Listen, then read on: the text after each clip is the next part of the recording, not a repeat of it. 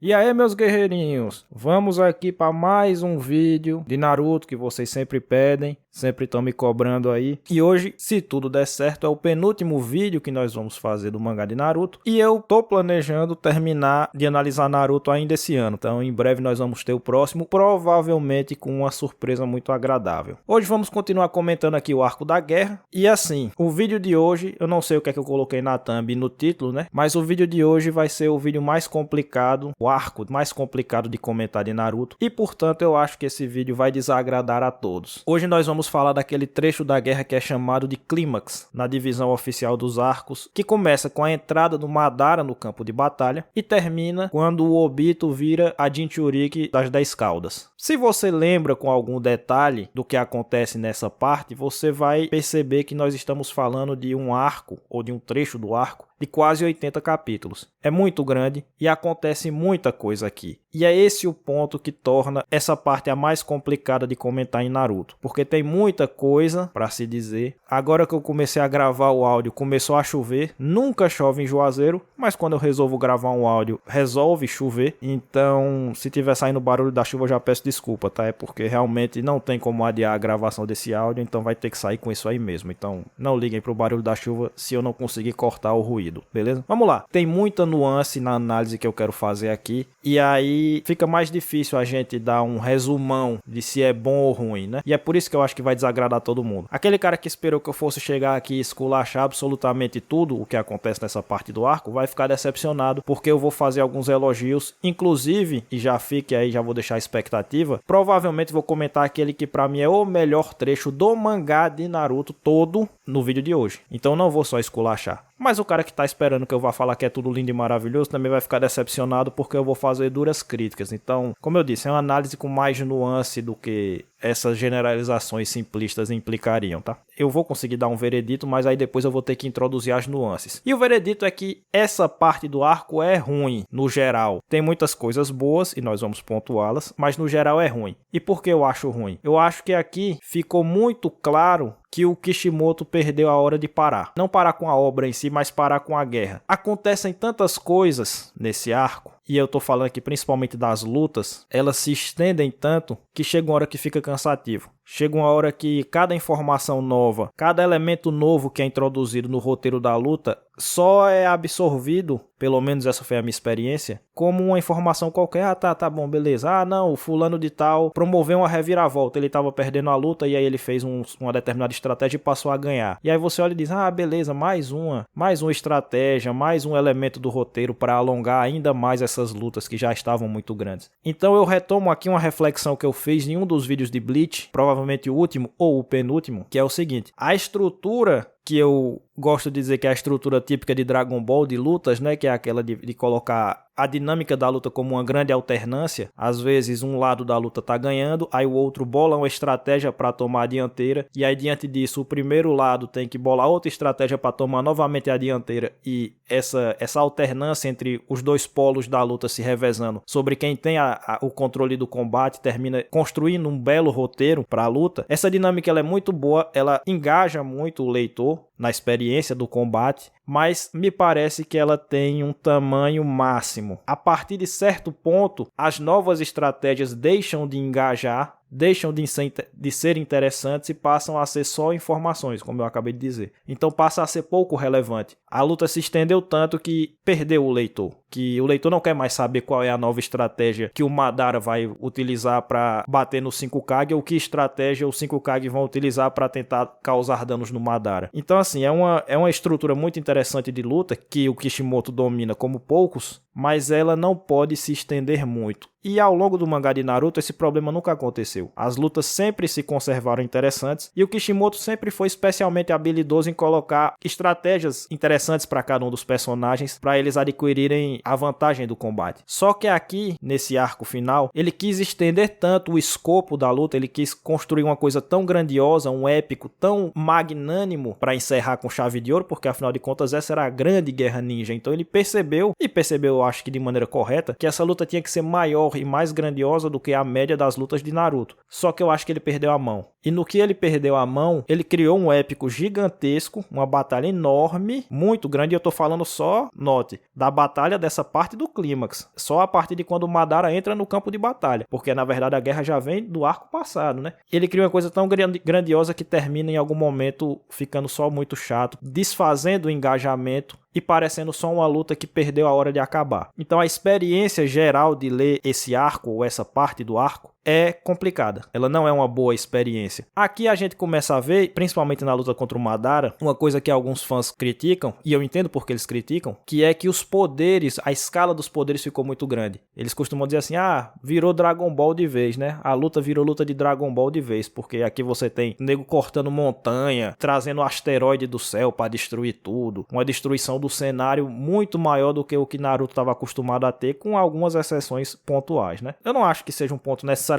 negativo, porque eu entendo que o Kishimoto quis aumentar a escala dos poderes para aumentar a grandiosidade da luta. Mas eu compreendo que realmente não faz muito parte do estilão de Naruto, que sempre foi mais contido, e aí alguns fãs podem ter se sentido alienados na experiência de ter lido e ter achado que o Kishimoto perdeu a mão nisso aí também. Então essas duas estratégias ele adotou, porque a intenção dele era criar uma luta muito grandiosa, e eu acho que a intenção está correta. Eu não acho que ele deveria ter tratado a quarta grande guerra ninja, que era vendida como a maior das guerras ninja de todos os tempos, como uma luta qualquer. Eu acho que ele tinha que ter feito uma coisa maior mesmo, mais especial, só que eu acho que ele perdeu a mão. Alguns acham que ele perdeu a mão em escala, eu não sei se eu concordo, e outros acham, e eu acho, que ele perdeu a mão em extensão. A luta se estendeu demais e chegou num ponto que ela só perdeu a graça. Beleza. Então o veredito é esse, tá? A experiência geral da leitura é ruim. Agora vamos tentar colocar um pouco mais de nuance na coisa. A primeira coisa que eu quero apontar aqui é tentar entender o que o Kishimoto fez estruturalmente, né? Quem me acompanha no canal sabe que é uma coisa que eu gosto de fazer. Eu primeiro gosto de tentar entender o que o autor fez e eu busco pelo esqueleto, vamos dizer assim, pela coluna vertebral da história que ele está contando. E aí o que ele faz aqui é o seguinte: o arco em si, essa parte do arco, ele pode ser dividido em duas grandes fases. A primeira parte pode ser dividida em 3 pontos de foco. Ou seja, quando esse arco começa, o Kishimoto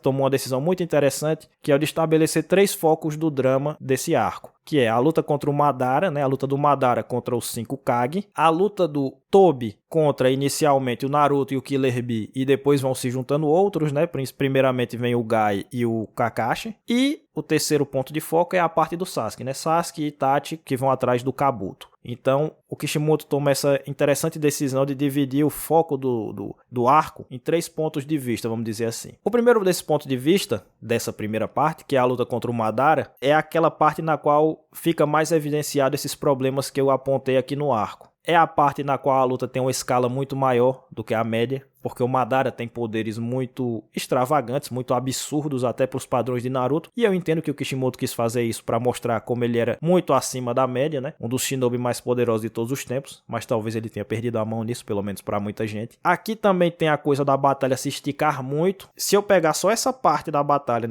nessa primeira parte do arco, essa batalha do Madara apenas contra os 5 Kage, ela já é muito grande, ela já se estende demais, e ela por si só já termina meio cansadona, meio tá bom, beleza. O Madara vai trazer outro golpe, e aí a Tsunade vai ativar outro jutsu, e o Tsuchikage vai fazer outro não sei o que, e não sei quem vai tentar fazer mais outra parada para tentar segurar o Madara, e o Madara vai mostrar que ele é mais forte. Enfim, chega uma hora que essa dinâmica cansa só nessa parte. Agora imagine que essa luta vai se emendar com outras e outras e outras e outras, e isso vai ficar interminável, né? Esse trecho, ele encapsula os maiores defeitos de todo esse arco nele. Se você analisar só essa parte, você já consegue entender o que é que essa parte da guerra tem de pior. E fora disso, fora esses defeitos, o que é que eu posso dizer que tem nessa luta que me chama a atenção? Eu posso elogiar a questão do Tsuchikage. O Onoki, né, o Tsuchikage, o velhote lá, ele é um personagem que tem um certo destaque nessa parte, porque quem lê o arco do 5 Kage ou assistiu, sabe que o Tsuchikage é o cara que discute com o Gaara, e é o cara para quem o Gaara pergunta de quando foi que vocês abandonaram as suas próprias convicções, quando vocês deixaram de ser quem vocês eram para virar esses cínicos, né? Esses caras cínicos que só querem saber de manutenção do poder, etc. inteira. E que aquilo mexeu com ele. E a gente descobre nesse arco que foi o Madara, o confronto que o velho teve com o Madara, quando ele ainda não era velho, né? Que fez com que ele, Tsuchikage, desistisse dos seus ideais, desistisse de ser quem ele era. Então essa luta contra o Madara tem um sentido especial para ele, temático. Então essa é uma parte interessante de se destacar, bem como o fato de que, de alguma forma, ele em vários momentos é o líder do grupo dos Kage. Por ser o mais velho e por ter essa ligação com o Madara, é ele quem frequentemente é o cara que tá levantando sempre o moral das tropas. É ele quem se recusa a desistir, é ele quem busca lutar até o fim e motivar os seus companheiros, porque aquela luta para ele basicamente é a tentativa dele ganhar a si mesmo de novo, né? Dele voltar a ser quem ele era, quem ele já foi um dia. Então essa parte é interessante, eu acho que o velhote é bem valorizado nesse trecho, e esse é um dos pontos positivos que essa parte da luta tem. E aqui nessa parte, a conversão da Kurama inicia. A conversão da Kurama não vai acontecer nesse trecho, ela vai acontecer no próximo trecho que nós vamos comentar, mas ela começa aqui. É aqui que a Kurama começa a indicar que talvez ela prefira ficar dentro do Naruto do que obedecer ao Madara. Então ela começa a dar de bom grado o próprio chakra pro Naruto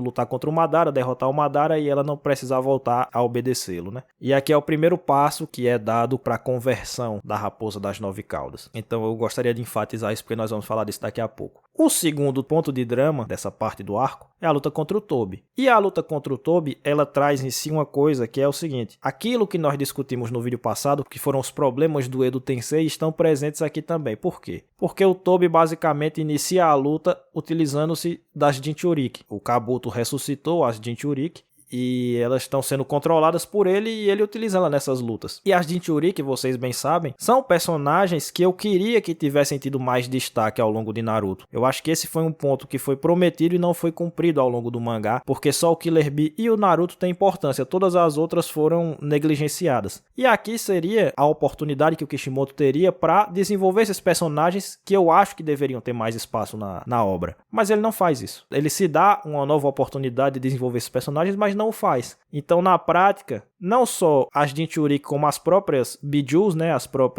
próprios seres de várias caudas, uma cauda, duas caudas, três caudas, são meio genéricos aqui. E aí eles meio que são vítimas disso que eu disse, que é a luta interminável, porque chega uma hora que eles só ficam lançando golpes lá. Ah, não, essa Jinchuriki, essa Biju tem o golpe do não sei o que, aí o Naruto contra-ataca com o golpe do não sei o que, aí a Jinchuriki vai lá e o golpe do ácido, aí o Naruto vai o não sei o que, aí a tartaruga faz isso e tal. Tudo colocado de uma maneira tal que não é nem que é mal feito do ponto de vista do roteiro, mas, novamente, perde a hora de parar. Então, a luta contra as Jinchuriki e contra as Biju não tem peso. A gente não conhece mais desses personagens, a gente conhece assim, tem aquela ceninha que é a cena da conversão de todas elas, né? Todas elas passam a confiar no Naruto e os Jinchuriki também. E aí a gente descobre o nome de cada um, a fisionomia de cada um, mas é só isso. Fica nisso. A gente não conhece a personalidade de nenhum deles. A gente não conhece a história de nenhum deles. Como é que funcionou esse processo de ter que hospedar um poder demoníaco, um poder tão forte, um poder tão grandioso dentro dos seus corpos, etc. Tudo aquilo que a gente sabe acerca do Naruto e do Killer Bee, a gente não sabe acerca dos outros. Então foi uma oportunidade jogada fora. Se for uma oportunidade jogada fora, a única função que essas Biju tiveram nessa parte do arco foi servir para, de alguma forma, preparar o demônio das 10 caudas, que apareceria mais tarde. Mas é isso, eles servem como ferramentas do roteiro, nunca como personagens propriamente ditos, né? Aqui também nós temos a conversão da Kurama. Pronto, a conversão da Raposa das Nove Caudas se dá aqui, né? Ela começa lá na parte do Madara, da maneira que eu expliquei, mas ela se concretiza aqui. Sobre a conversão da Kurama, primeiramente eu posso dizer que eu não gosto da ideia. Eu acho uma ideia horrorosa,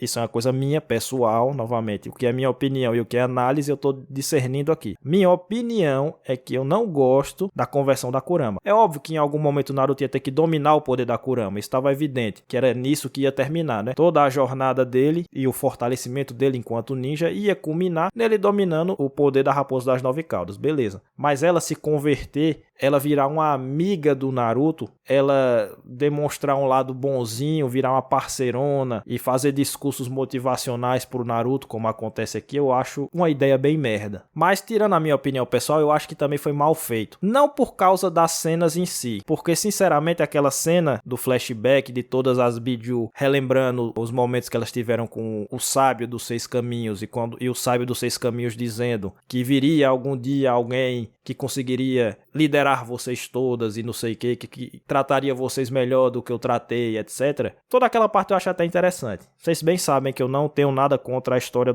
da profecia do Naruto, né? Eu até gosto de todo esse trecho. E aqui eu não desgosto daquela cena, eu acho uma cena até emocionante, né? Demonstrar que de alguma forma todas elas ainda conservavam a esperança de que esse Salvador chegasse em algum momento, de que esse cara que o sábio dos 6 caminhos diria que ia aparecer, realmente aparecesse e tal. O problema não é a cena da conversão em si. E o problema também não é o fato de o Naruto ter a esperança de converter a Kurama em si, porque isso a gente já vê há muitos arcos. A gente já percebe há muito tempo que o Naruto tinha a esperança de converter a Kurama. E nesse próprio arco, o Kishimoto faz questão de relembrar essas cenas, nas quais o Naruto disse, qualquer hora dessa eu venho aqui e eu vou amolecer seu coraçãozinho de pedra. O problema, porém, não é que não teve preparação para a crença do Naruto de que ele podia converter a Kurama. O problema é que não teve preparação de que isso fosse efetivamente possível.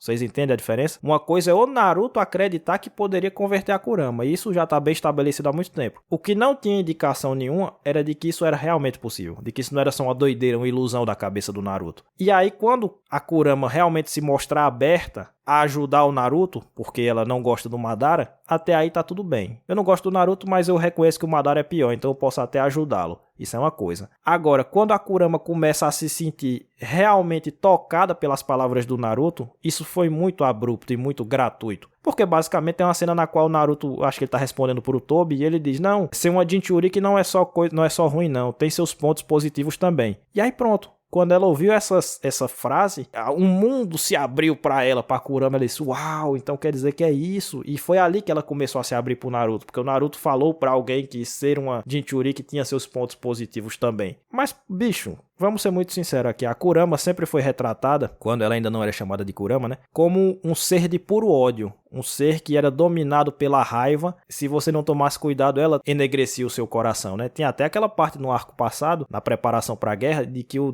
Dark Naruto se alimentava da raiva da Kurama e vice-versa. Eles atuavam em simbiose, né? A Kurama se dava muito bem com o lado obscuro do coração do Naruto, com os ressentimentos, com as tristezas e com a vontade de vingança do Naruto. Então a Kurama sempre foi tratada como um ser mitológico que se definia pelo ódio. Que não seja assim, eu até não me incomodo, desde que você prepare isso adequadamente, mas não foi preparado adequadamente. O Naruto cria que ele podia converter a Kurama, mas nunca houve uma abertura por parte dela de que o Naruto não estivesse completamente maluco nessa crença. Pelo contrário, ela sempre rechaçava, né? Ela sempre dizia, essa conversa aí, você não tem como me convencer, você não vai me atingir com suas palavras e tal. E de repente ela atingiu. De repente o Naruto falou uma coisa ou duas e aí a Kurama, nossa, então quer dizer que ele agora é meu companheirinho, ele agora é meu amiguinho e tal. Então assim, eu pessoalmente odeio a ideia, odeio. Mas eu saberia dizer se ela tivesse sido bem executada. Eu saberia separar essas duas coisas, mas ela é mal executada, ela não é preparada. Não existe uma preparação para essa abertura da Kurama, para as palavras do Naruto, para o carinho do Naruto, para a amizade do Naruto e nem nada do tipo. Então, do jeito que tá, é só muito ruim. Porém, veja você, nessa parte também do Tobi é levantado um ponto temático interessante, e aqui é um dos grandes méritos desse arco, porque existe um tema que perpassa essa parte da luta e que ele vai refletir em outras partes desse mesmo arco. Então a gente pode dizer que existe uma consistência temática no arco que é interessante de notar e que nós temos que aplaudir. Que é aquela parte na qual o Tobi diz que ele não tem nome, que pode me chamar do que você quiser, eu não sou ninguém, eu só sou um cara que quero concretizar meu plano. Pronto, eu tenho um plano, eu quero botá-lo em prática e é isso. Quem eu sou não interessa, de onde eu vim não interessa, nada disso interessa. E o Naruto fica muito irritado, ele fica muito incomodado com isso. E por que é que esse é um ponto temático interessante que vai ressoar em outras partes? Porque é esse mesmo ponto que vai permear o respeito que as Biju vão adquirir pelo Naruto, né? Todo aquele trecho do Naruto com o Son Goku envolve isso. O Son Goku diz, vocês nunca respeitaram nenhum de nós. E a Kurama também fala isso em algum momento. Vocês nunca nos chamaram pelo nosso nome. Vocês nunca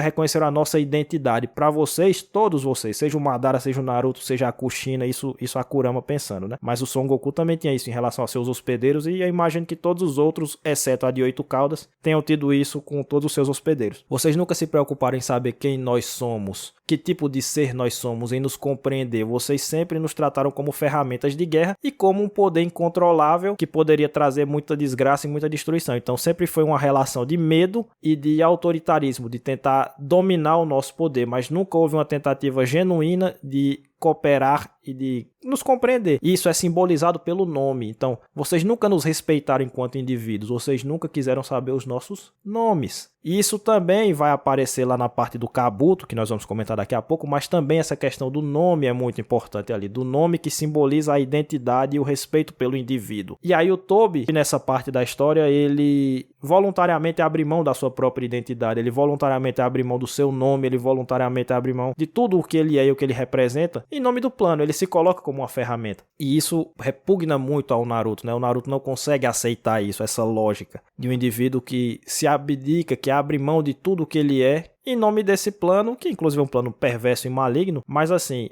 essa autoanulação o Naruto não a consegue aceitar. De toda maneira, o que é importante a gente dizer aqui é que é digno de aplauso o modo como o Kishimoto trata essa temática ao longo do arco com vários personagens diferentes, né? Então tem o Toby, tem as Biju e tem o Kabuto, que nós vamos entrar agora. A parte do Kabuto, dessas três primeiras, né? Luta contra o Madara, luta contra o Toby e ele, é a que é menor no escopo e por isso mesmo é a que tem a maior vibe de Naruto. Porque a luta do Kabuto é a luta do Kabuto contra o Itachi e contra o Sasuke. Essa luta parece muito uma luta típica de Naruto. Então eu suponho que o fã de Naruto que reclama que ficou tudo muito grandioso, tudo muito Dragon Ball, entre aspas, que ele prefira essa luta do que as outras que nós comentamos anteriormente. Porque ela tem realmente uma pegada muito mais de Naruto e ela é uma luta bem mais curta. Então ela também não tem o problema, que eu falei antes, de se alongar demais ao ponto de você perder o engajamento. Pelo contrário, essa é uma luta que tem todos os pontos fortes que as lutas que o Kishimoto escreve costumam ter. Então aqui nós temos um ponto muito bom. E aí entra aquilo que eu disse. Percebam como é que nós estamos indo no vídeo. A gente fez uma crítica geral, a experiência geral da leitura é ruim, mas há vários pequenos pontos que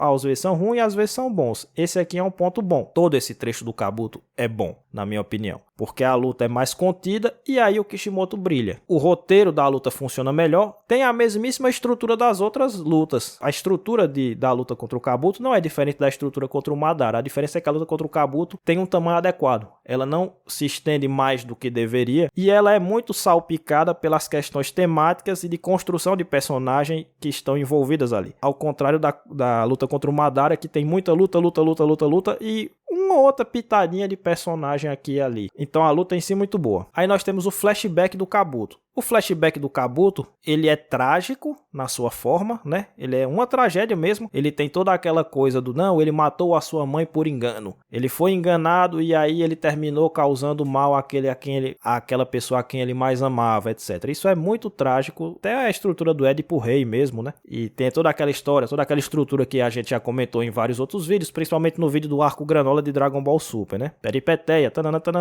Então ele é uma tragédia. Se a gente fosse colocar um gênero literário pro flashback do Kabuto, é uma tragédia. E em termos temáticos, ele levanta questões muito interessantes, baseadas naquilo que eu já disse, né? Questão da identidade. A principal pergunta do Kabuto é: quem sou eu? O meu nome é um nome simbólico, como ele mesmo diz. O objeto pelo qual me caracterizo foi um presente dado por outra pessoa quase que casualmente. E depois disso eu virei um instrumento de guerra, que estava sempre mudando de aparência, sempre mudando de perspectiva, porque para poder atuar como espião você tem que ser assim, né? Você tem que ser meio fluido. Então quem ele era de verdade? Essa questão de identidade é o que perpassa todo o dilema do Kabuto. Era uma busca por si mesmo. Agora que ele não era mais espião, ele estava realmente desesperado para se compreender a si mesmo. E o Orochimaru foi o cara que deu a ele um norte. Ó, faça isso, que é aí que você vai se encontrar. Só que aí ele terminou confundindo isso com substituir o Orochimaru, virar o Orochimaru, ser o Orochimaru no lugar do Orochimaru. Ou seja, ele basicamente não entendeu nada, né? Ele abriu mão da própria identidade para viver os sonhos de outro, para viver os objetivos de outro. E isso não é muito distante do que o Toby fez em relação ao Madara, né? Não deixa de ter paralelos aí. Então toda essa questão da identidade, toda essa questão dos sonhos, de quem você é, quais são seus objetivos, no que você acredita, são os temas discutidos pelo flashback do Kabuto aqui. E o fim do flashback é muito triste, né? Porque a gente descobre que um dos moleques lá que ficaram com ele no orfanato ainda guardava esperanças de que ele fosse aparecer um dia, aquela coisa toda. E aí o ponto interessante também é que a resolução dessa luta contra o Kabuto, ela é tematicamente amarrada, porque o Kabuto perde porque ele não aceita o seu próprio destino. E não aceitar o seu próprio destino é, de alguma maneira, não aceitar quem você é, não aceitar suas próprias circunstâncias de vida. Porque o Kabuto achou que, completando o plano do Orochimaru até o fim, sendo mais Orochimaru do que o próprio Orochimaru, ele atingiria a perfeição. Em nome dessa perfeição, reencarnação, né? Ele não queria aceitar o destino real dele e aí ele ficou preso naquele loop infinito. Então, é uma resolução interessante, é uma resolução que faz sentido com o tema do personagem e com o defeito fundamental do personagem. O defeito fundamental do personagem fez o Kabuto perder a luta e não conseguir se desvencilhar do golpe, mesmo percebendo que ele tinha caído num genjutsu, mesmo percebendo que ele tinha caído numa armadilha, ele não conseguia se desvencilhar porque ele estava preso nos seus próprios dilemas existenciais. Ele não queria sair daquilo dali, ele não queria aceitar que ele teria que abrir mão de tudo de novo e começar do zero, né? Então eu gosto da resolução dessa luta. Ela é tematicamente muito interessante e ela me lembra algumas coisas que eu gosto bastante, né? Ela me lembra o final da parte 5 de Jojo, que o Diávolo tem um destino razoavelmente semelhante ao do Kabuto, e também tem essas discussões de destino, né? O poder do Diávolo é alterar o destino ao seu bel prazer. Ele termina perdendo de uma maneira que ele não consegue sair de um loop infinito de mortes horríveis. Me lembra muito o Feitiço do Tempo, ou o Dia da Marmota, que é um dos meus filmes favoritos, que diz respeito a isso também, que o cara fica dentro de um loop até o dia que ele evolui. Quando ele evolui, ele quebra o ciclo e ele aprende suas lições, ele vira uma pessoa melhor, ele sai do loop e ele volta à sua vida normal. E ele me lembra também aquela cena do Yu Yu Hakusho do Gourmet, né? Que é basicamente do Toguro pequeno, do Toguro mais velho, que é o modo como o Kurama o derrota, que é numa ilusão infinita também. Então o Izanami me lembrou dessas três referências que eu adoro muito, Yu Yu Hakusho, Jojo e o Feitiço do Tempo. Então tá bem acompanhado, né? Agora, muito bem, eu elogiei todo esse trecho do Kabuto, mas tem uma parte que eu quero reiterar a minha crítica, que foi uma crítica que eu já fiz no vídeo passado e agora eu posso fazê-la novamente, que é, no final de tudo, dito tudo e feito tudo, não tem como a gente não chegar à conclusão de que o Kishimoto quis transformar o Itachi no herói. E eu não gosto disso, eu já falei disso no vídeo passado. E reitero aqui, o Itachi era um personagem muito mais rico quando era um personagem ambíguo. Quando você olhava pro Itachi e dizia, eu não consigo encaixá-lo aqui nem no bem nem no mal, eu vejo no Itachi uma pessoa desesperada. E todo esse trecho aqui da parte do Kabuto, que explica ainda mais as circunstâncias nas quais o Itachi fez o que fez, praticamente querem forçar o leitor a dizer, ah não, realmente ele foi obrigado pelo Danzo, porque olha, o Danzo convenceu ele de que se não fizesse isso, o irmão dele ia morrer. Então ele fez isso, mas no final das contas foi para salvar o Sasuke, era a única maneira que ele tinha de salvar o Sasuke. Pô, talvez o Itachi seja bonzinho mesmo, né? E bom, eu tenho que aceitar que é, né? Foi isso que o Kishimoto botou, então eu tenho que aceitar que é. Eu vejo as pessoas criticando assim, não é possível que as pessoas vejam o Itachi como herói. Eu sinceramente não, acho que o Kishimoto não nos deu muita alternativa. Eu odeio isso. Eu não gosto disso. Eu preferia o Itachi como uma figura ambígua, a leitura que eu fiz nos vídeos passados dele, né? Nos vídeos passados aqui do canal falando dele, quando essas coisas ainda não estavam totalmente estabelecidas, eu não tinha lido essa parte, eu interpretava o Itachi como uma figura ambígua, que não se amoldava nem no conceito de bem nem de mal. Era uma figura bem intencionada, porém desesperada a ponto de fazer uma atrocidade que é matar a própria família. Só que o Kishimoto fez uma força tão grande para me convencer de que não, realmente, não tinha muito o que ele fazer. Ele matou todo mundo porque dessa maneira ele conseguiu salvar o irmão dele, então ele conseguiu fazer o melhor que dava dentro das circunstâncias. O defeito dele foi que ele quis resolver as coisas sozinho, não foi que ele genocidou o seu próprio povo, porque as circunstâncias o empurraram de uma maneira que ele não tinha o que fazer. Então, coitado do Itachi, pobrezinho, ele ama o Sasuke, blá blá blá blá blá blá, ele dá discursos, ele é sábio, ele não sei o que, não sei o que. Eu abomino tudo isso, porque eu acho que isso mata uns 80% da riqueza do Itachi enquanto personagem. O Itachi, que era um personagem que eu talvez até quisesse fazer um vídeo sobre ele, eu tinha pensado num vídeo até interessante analisando esse personagem, agora não me parece mais tão interessante. É isso, ele é só um cara que foi colocado em circunstâncias muito ruins, que foi meio que mais ou menos manipulado pelo Danzo, e que é um cara de muito bom coração e fez tudo com a melhor das intenções e talvez até ele nem tivesse muita alternativa. O máximo que fica sem explicar é porque ele prendeu o Sasuke no genjutsu e tal, mas eu tenho quase certeza, eu sou capaz de dizer que o Kishimoto é capaz de ter se arrependido de ter botado isso lá atrás, porque foi uma coisa que ele não conseguiu explicar, né? Porque é que ele ficou torturando o irmão dele com genjutsu, não sei o que. De resto, o Kishimoto fez uma força muito grande para transformar o Itachi num personagem simples, de um personagem complexo para um personagem simples e simplista. Então, eu reitero aquilo que eu disse no vídeo passado. Depois que eu li essa parte aqui, eu odeio ainda mais o Edo Tensei do Itachi. Se eu já não odiava o suficiente, agora eu odeio mais do que eu já odiava. Então, pronto. Isso era o que eu tinha para dizer sobre a primeira parte desse arco, que foi dividido nesses 3 pontos de vista. A segunda parte do arco se caracteriza por 2 pontos de vista agora. Por isso que eu disse que esse arco é razoavelmente complexo e tem muita coisa. A segunda parte do arco tem 2 pontos de vista. O primeiro ponto de vista é o da luta. A luta continua, só que agora o Madara em algum momento o Madara se junta ao Tobi, e aí a luta vai ficando, a luta que era dividida em vários campos de batalha vai se concentrando numa coisa só. Então fica Tobi e Madara contra todo mundo. Kakashi, Gai, Naruto, mostrando, depois chega a galera todinha que tava nas batalhas do arco passado e pronto, fica Tobi e Madara contra o mundo. E o segundo ponto de vista do arco é o do Sasuke, que vai atrás do Orochimaru para resolver suas próprias questões. A primeira das partes, que é a da luta em si, também não tem muita coisa para comentar fora o que eu já disse. Se a luta contra o Madara por si só, na primeira parte do arco, já era grande demais e extensa demais, imagine quando a gente chega nesse trecho da luta. Aí é que já não tem mais saco pra nada mesmo. Aí é que você olha e diz, bicho, eu não quero saber mais de nada, eu não quero entender como é que funciona o golpe de ninguém, eu não quero saber de estratégia nenhuma, eu não quero saber de porra nenhuma, só quero saber quando é que essa luta acaba. É só isso que eu quero. Esse trecho todo da luta aqui já foi, se o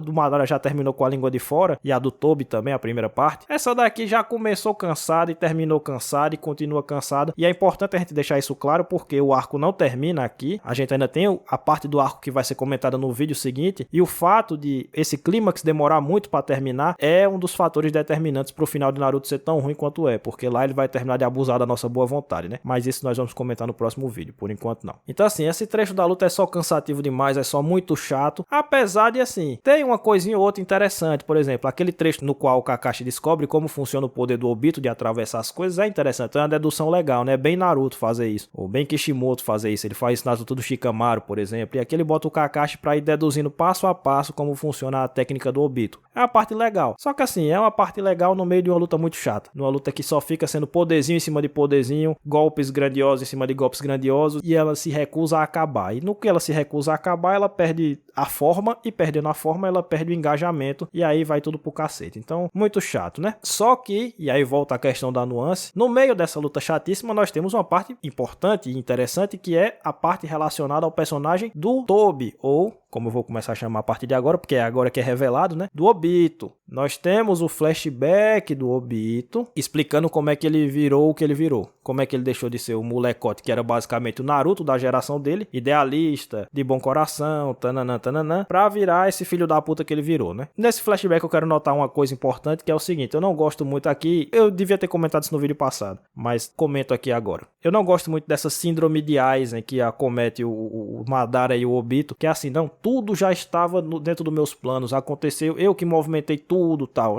Quem viu os vídeos de Bleach sabe que eu não gosto dessa coisa. De que, não, o vilão tava tudo planejado desde o dia 1 e aí tudo ocorreu exatamente de acordo com o plano dele, do jeito que ele queria e tal. Eu acho isso uma porcaria, não gosto. Mas essa é a minha opinião. Tô falando disso aqui, nesse trecho da obra, falando especificamente daquela coisa de que fui eu que dei o Rinnegan pro Nagato, porque eu queria convencê-lo a trazer ele pro meu lado e tudo fazia parte do meu plano. Porra, eu acharia tão melhor se, tipo, não, eu descobri que tem um moleque que tem esse olho aí, que é nada mais nada menos que o poder do sábio dos 6 caminhos, eu quero trazer ele pro meu lado. Eu acharia muito mais interessante. Mas não, tem que ser o grande vilão, que ele desperta o Rinnegan e ele empresta o Rinnegan pra depois ele ir lá e convencer o cara. Chato pra cacete. Mas enfim, é só minha opinião, né? E aí, esse trecho aqui tem a parte na qual, como eu ia dizendo, a gente descobre por que o Obito virou o que virou. Eu gosto. E é engraçado isso, porque na primeira vez que eu li, quando eu fiz a speedrun pra ler tudo, pra não ficar tomando spoiler, eu não gostei. Mas agora que eu li com um pouco mais de calma, eu até apreciei esse flashback do Obito e eu acho que tá até bem justificada a corrupção dele, a queda do Obito pra virar o lixo humano que ele virou. Só que aí tem um pequeno problema, que é, não desse trecho, mas pro que vai acontecer no futuro, que é, em algum momento o Obito diz assim pro Kakashi, eu conheço todas as circunstâncias da morte da Arin, eu sei que ela que resolveu entrar na frente do seu golpe, que você não a matou porque você quis, mas eu não iniciei esse plano todo só por causa dela. A morte dela foi a ignição, a morte dela foi o evento traumático que o fez mudar de visão de mundo, mas depois ele ficou se convencendo tanto da sua própria visão, ele ficou se intoxicando tanto com a sua própria loucura, que ele terminou criando razões mais sólidas para tentar fazer o plano que ele fez, né? E eu acho isso muito bom, acho essa construção interessante. O trauma fez ele mudar de visão, mas ele passou tantos anos remoendo esse trauma que aquilo terminou se solidificando numa convicção maior, numa convicção mais firme dele, de que esse mundo tá perdido, de que não sei o que, de que não tem esperança, não tem redenção, não tem nada. Eu acho isso tudo muito legal. Se no arco seguinte o Obito não fosse convertido pelo Naruto, mas nós vamos criticar isso no momento certo. Aqui ele não foi convertido, então aqui eu só vou elogiar. Gosto do flashback dele, acho que tá bem justificada a queda dele, e gosto da ideia de que ele foi além, né? Ele foi além na sua corrupção, vamos dizer assim. Ele caiu mais fundo ainda, porque não é só uma questão da Arin. Começou como Arin, mas depois ele criou toda uma ideologia para justificar o seu plano. E aí pronto, ele virou um cara que não sente mais nada, aquela história do meme, né? Que tem um rombo no meio do peito dele e tal. Outra coisa interessante de se comentar nessa luta é que é nessa luta contra o Tobi e o Madara que o Neji morre. morre, né? A famosa morte do graveto, né? O graveto mata o Neji. E eu vou ser muito sincero com vocês que eu achei que era uma coisa bem mais ridícula. Pelo que o pessoal falava, eu achava que era uma coisa muito mais ridícula. E não é tão ridículo quanto eu pensei. Tipo, ele, beleza, é um graveto, mas ele morreu com um puta de um golpe das 10 caudas, né, bicho? Não é qualquer graveto. Eu entendo que as pessoas dizem, ele foi perfurado lá no Naruto clássico e não morreu, e aqui ele foi perfurado e morreu. Mas, sinceramente, não acho esse ponto muito relevante, não. A única coisa que eu acho é que é uma sacanagem, porque no final das contas, o único personagem importante que morre é o Neji, né? Na guerra. Os outros personagens mais perto de serem importantes que morrem são o pai do Shikamaru e da Ino, que não são nada importantes. Mas de resto, o único personagem que tem alguma relevância na obra que morre nessa guerra é o Neji. E isso eu acho uma puta de uma sacanagem, porque tipo, sobrou só pra ele, aí é foda. Mas a morte em si, não acho tão ridícula não. Agora que vem a grande parte, que é o que eu queria comentar nesse vídeo e que torna tudo ainda mais complexo de entender acerca desse arco, que é o trecho do Sasuke, que era o trecho que eu anunciei lá atrás, que pra mim talvez não, é a melhor parte do mangá de Naruto todo, clássico, Shippuden, tudo. Essa parte do Sasuke agora, que ele vai atrás das respostas. Só que, como eu disse, essa análise aqui é cheia de nuances. Essa parte aqui é a melhor parte do mangá de Naruto e mesmo assim tem algumas coisas que eu odeio muito aqui. Por exemplo, o que é que eu não gosto? Eu vou dizer lá o que é que eu não gosto nesse trecho, pra depois eu dizer o que é que eu gosto e por que é que eu acho que é a melhor parte do mangá. Primeiro que eu não gosto da ressurreição do Minato, do Edo Tensei em cima do Minato. E por quê? Porque não tem propósito pra ele ali. Os outros Kage foram todos ressuscitados porque eles tinham respostas a dar ao Sasuke. O Minato não tinha nada. Tanto é que na hora que cada um vai dizer sua culpa, o Hashirama diz, não, minha culpa foi que eu que criei esse sistema, Shinobi, que não sei o que, Shinobi não, de vilas, que não sei o que. A Tobirama vai dizer, pô, talvez eu tenha cometido o erro de não sei o que, de alienar os Uchiha e tal. Aí o Hiruzen, né, o Sarutobi vai dizer, não, eu cometi o erro de não sei o que. E aí o Minato, o que é que o Minato diz? Ele literalmente diz, não, desculpa, eu morri. A minha culpa foi morrer. Se eu não tivesse morrido, talvez eu tivesse parado o golpe de estado dos Uchiha e o Itachi não precisava ter feito o que fez. Isso é só uma suposição, é só uma ilação. Por quê? Porque o Minato não tem nada a ver com esse trecho da história. Não tinha função pra ele ali. O único motivo pro Minato ter sido ressuscitado foi fanservice, biscoitagem. Vocês me conhecem, já vou de novo. Biscoitagem. Não, vamos ver o Minato lutando ao lado do Naruto no campo de batalha. Vamos ver mais interações de pai e filho. Não precisa, a história não pede por isso. Não pede, você só tá dando biscoitagem pro fã fazendo fanservice barato. O Minato não tinha que estar ali. Ele não tinha função narrativa pra estar ali, então não gosto da ressurreição do Minato. E eu, obviamente, odeio. Vocês já sabiam que eu ia criticar isso, né? Eu não tenho como, tipo, a conversão do Orochimaru é patética. O motivo que é dado para a conversão do Orochimaru é ridículo e, convenhamos, o Orochimaru não é o tipo do personagem que deveria ser convertido. Ponto. Naruto tem uma dificuldade muito grande, é isso que novamente, aquele paralelo que eu fiz com Tokyo Revenge se mantém. Naruto tem uma dificuldade muito grande de aceitar que, porra, alguns caras são ruins e pronto, eles caíram no caminho da corrupção e eles vão ficar aí. E eu vou falar disso no vídeo seguinte, vocês sabem muito bem por quê, né? De quem é que eu vou falar. Tem os caras que chegaram no fundo do poço que eles não voltam mais. É isso, é assim que funciona. O Kishimoto nesse final ele tentou fazer uma parada muito assim, infantilizar muito a coisa. Então todo mundo que era malzinho ficou bonzinho, todo mundo que morreu sem poder ver os seus sonhos sendo concretizados voltou pra ver seus sonhos sendo concretizados, exceto o coitado do Jiraiya, porque também é muita sacanagem com o Jiraiya, né? Porque o Jiraiya, beleza, ele morreu cumprindo a profecia, morreu, mas ele morreu sem saber que o Nagato ia virar do bonzinho e ele morreu sem saber que o Orochimaru ia virar bonzinho. Ele morreu achando que falhou com seu melhor amigo e com seu primeiro discípulo e ficou morto sem saber dessas coisas. Todo mundo voltou à vida pra ver os seus sonhos se transformando em realidade e o coitado do Jiraiya não. Então assim, só quem se fudeu nessa foi o Jiraiya e só quem se fudeu nessa foi o Danzo, que também não voltou pra acertar as contas com o Sarutobi. Por quê? E aí isso é mais importante do que parece. O Danzo não foi ressuscitado e isso pra mim prova a covardia do Kishimoto. Porque o Danzo é a Geni. Joga pedra na Geni, joga bosta na Geni. O único cara que é malzinho e ficou malzinho e é considerado um filho da puta sem redenção é o Danzo. Toda a merda foi jogada nas costas dele. Apesar de que daqui a pouco a gente vai falar, existe um trechinho no qual o Danzo é mais ou menos humanizado, vamos dizer assim. Mas em termos de tom, o tom em volta do personagem é sempre de um grande filho da puta. E ele atua como filho da puta no flashback do Kabuto também. Então isso aí não presta ressuscitar não.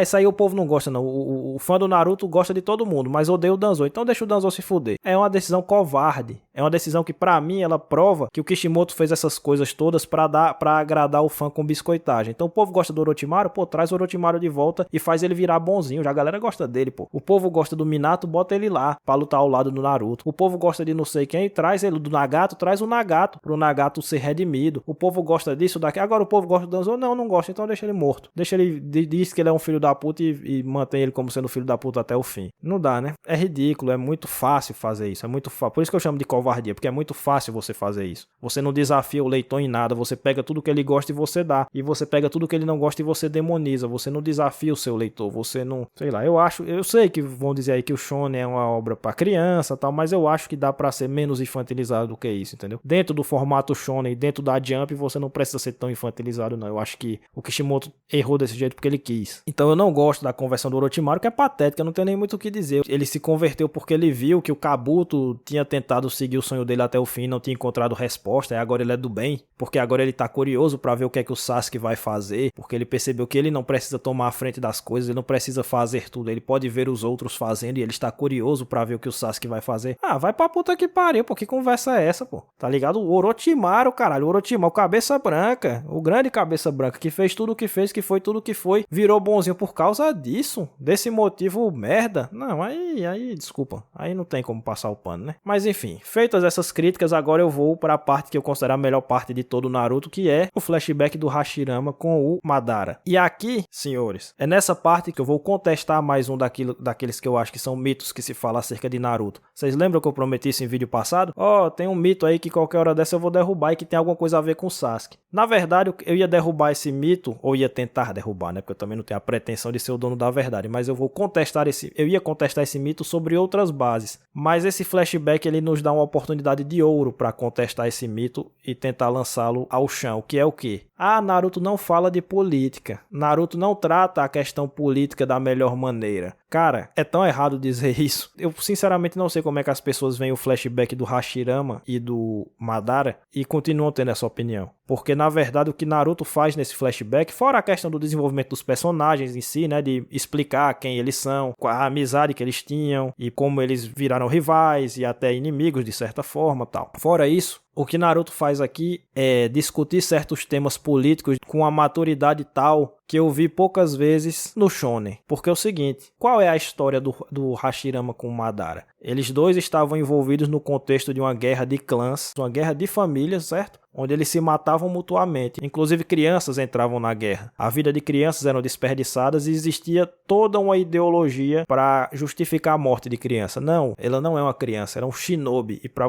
E o fato dele ter morrido em campo de batalha fez com que ele fosse um shinobi. E o Hashirama desde o início odiava essa conversa porque era só uma ideologia de justificação do morticínio de criança, tentando colocar o manto da honra em cima daquilo que era só massacre, de quem tinha toda uma vida pela frente. E diante disso, o Hashirama, que conheceu o Madara, sem saber que um era o Uchiha e o outro era Senju, começaram a tentar construir ou pensar ou sonhar uma maneira de superar esses conflitos de clã. E a solução que eles chegaram foi de construir uma coisa parecida com uma nação, com um país. E eles tentaram unificar os clãs em uma unidade maior. Tentaram acabar com a guerra desses pequenos grupos, dessas pequenas facções, transformando todas essas duas facções em um povo só, unidos dentro de um mesmo território, sob um mesmo ideal, sob as mesmas leis, vivendo na mesma cultura, ou seja, a criação de um estado e de uma civilização como superação de conflitos tribais. Foi exatamente isso que aconteceu no nosso mundo real. A história humana caminhou exatamente dessa forma. A política surgiu dessa forma. Surgiu quando as pessoas perceberam que a guerra de clãs, que a guerra de grupos era insustentável e que era mais proveitoso para todo mundo se essas guerras parassem e se fosse construída uma unidade e essa unidade fosse expressada por um sistema de leis, um sistema político. E o que é o sistema político se não uma tentativa de conciliar as diferenças, as divergências de uma maneira civilizada, sem tentar eliminar fisicamente o outro? Foi assim que o mundo caminhou. Se você estudar a história do mundo, é exatamente assim. Foi assim na história antiga e foi assim na formação dos estados-nação modernos. Então, já começa daí. Só que Naruto vai além ainda nisso. Ele não só vai nisso, mas ele vai além. O Hashirama, vamos lá, o Hashirama simboliza essa convicção de que é possível superar os conflitos de clã, é possível superar os conflitos de tribo, englobando as pessoas numa unidade maior, numa cultura comum, no conjunto de leis e num conjunto de negociações civilizadas que fazem com que esses conflitos armados cessem para o bem de todo mundo, em nome do bem maior. Então o Hashirama simboliza esse ideal. O Madara, que também chegou a acreditar nesse sonho em algum momento, ele simboliza, e aí é que entra a parte da discussão madura, ele simboliza o fato de que essa unidade ideal, ela nunca é efetivamente concretizada. Nunca os interesses dos grupos dentro da sociedade são completamente absorvidos dentro dessa sociedade. Então, o que nós temos no mundo político real são sociedades onde existe uma certa convivência possível, uma convivência comum, com uma cultura comum, mas onde você tem grupos, cada um com o seu interesse, que se supõe que vão conseguir resolver essas dificuldades e essas divergências na base da negociação civilizada, mas nem sempre isso é possível. E o Madara representa isso. O Madara representa aquela ideia de quem não consegue completamente abandonar o pensamento tribal e o pensamento de clã, mesmo estando inserido em uma sociedade que funciona de outra forma. E é assim também na vida real. Basta você olhar como funciona a política brasileira, a política americana, a política europeia. Veja como funciona a política do nosso mundo e você vai ver. Você vai entender o que é que o Madara simboliza. O Tobirama, por sua vez, ele simboliza a tentativa de remediar essas questões de clã e de tribo que ainda continuam existindo dentro da sociedade, dentro da suposta unidade do Estado ou da nação, ou enfim, daquele agrupamento, e ele tenta resolver isso de uma maneira prática, e nem sempre isso dá certo. Às vezes isso piora a situação. E o Tobirama, ele também representa e simboliza um pouco a ideia de que às vezes o preconceito contra certas visões, contra certos grupos dentro de uma sociedade faccionalizada não é feito necessariamente de má vontade. Na verdade, eu gosto do personagem do Tobirama porque ele tem um pouco das duas coisas, né? Ele é um pouco preconceituoso contra o Uchiha, ele tem umas falas assim, né, que mostra que ele é meio preconceituoso contra o Uchiha, mas às vezes ele meio que mostra uma abertura ou uma tentativa de abertura. Ele é preconceituoso contra o Uchiha, mas ele tentou de alguma forma, muito imperfeita, mas ele de alguma forma tentou enquadrar os Uchiha dentro daquela sociedade. Então ele disse, não, se eu colocar eles no combate ao crime, se eu colocá-los ali lidando com a questão militar na sociedade, talvez as características desse clã sejam utilizadas da melhor forma. Existe um sentido no pensamento dele. Só que o pensamento dele, por mais que fizesse algum sentido, terminou piorando a situação que já existia antes. Então, se o Madara representa esses interesses faccionais, esses interesses tribais e de clã e de pequenos grupos que continuam existindo dentro da sociedade maior, o Tobirama representa, ao mesmo tempo, uma tentativa de entender que, beleza, ok, então talvez o ideal do Hashirama nunca aconteça, talvez a gente não consiga eliminar completamente o pensamento de clã dentro dessa sociedade maior, mas a gente consiga enquadrar cada um dentro deles e fazer com que cada um, perseguindo o interesse do seu grupo, chegue no bem comum. Então o Tobirama representa esse ideal, mas ao mesmo tempo ele representa a ideia de que, tentando fazer a melhor coisa, ele piorou tudo. Ele fortaleceu os pensamentos tribais daquele grupo, porque ele marginalizou aquele grupo, ainda que não fosse totalmente a ideia dele, ele marginalizou aquele grupo, e marginalizando aquele grupo não trabalhou em prol da sociedade maior pensada pelo Hashirama, mas se sentiu excluído dessa sociedade. E o sentimento de exclusão dessa sociedade levou a toda a desgraça que terminou atingindo o Itachi, ou seja, levou a uma situação de ruptura na política. A sociedade pensada pelo Hashirama ruiu em relação aos Uchiha. Se você entender que a sociedade do Hashirama era uma sociedade onde os Uchiha e os Senju e outros povos podiam conviver, chegou num ponto que os Uchiha já não se sentiam parte daquilo e a única solução que eles achavam que tinham era a ruptura. E essa tentativa de ruptura levou a toda a tragédia do Itachi, porque o Itachi, como o próprio Sasuke diz, foi um dos principais representantes da ideia do Hashirama, porque ele matou o seu próprio clã, ou pelo menos assim era até o Kishimoto estragar tudo com flashback besta, mas ele matou não só pelo trauma da guerra, mas em nome dessa sociedade maior e mais ampla, que era Konoha. Então, em nome de Konoha, eu viro as costas até para os interesses do meu clã e da minha tribo. Então, o Tobirama representa isso, mas ao mesmo tempo ele representa também um certo preconceito contra certos grupos dentro da sociedade. Então, ele é um personagem bem ambíguo, bem interessante. E o Danzo, olha que interessante, o Danzo representa os excessos ou a corrupção da ideia do Hashirama. Se o Hashirama representa o ideal da sociedade, da civilização ou do Estado que engloba diferentes interesses e faz com que todos ali se sintam em uma única comunidade, o Danzo representa o lado obscuro desse pensamento, que é o lado de quem acha que vale a pena tudo para manter essa comunidade. Tudo é válido para que a unidade dessa comunidade se mantenha. Então vale matar, vale roubar, vale chantagear, vale fazer tudo. Porque ele acredita tanto nessa unidade, que é a mesma unidade que o Hashirama acreditou, que ele acha que qualquer preço é válido de se pagar para manter essa unidade. E o que é que frequentemente inicia guerras no nosso mundo, se não esse pensamento? O que é o nacionalismo exacerbado, se não esse exato pensamento? Esse pensamento de que vale tudo para manter uma certa unidade política pensada, às vezes pensada, quase sempre pensada de boa fé e de boa vontade, mas em nome da qual se cometem muitas e muitas e muitas atrocidades na humanidade. Basta você ver o nosso mundo e você vai entender o que é o Danzo. Então, quando você analisa essas coisas todas que eu estou dizendo, eu lhe pergunto, como alguém pode ver esse flashback e me dizer que Naruto não retratou bem a política no seu mundo? Tudo aqui está bem estabelecido.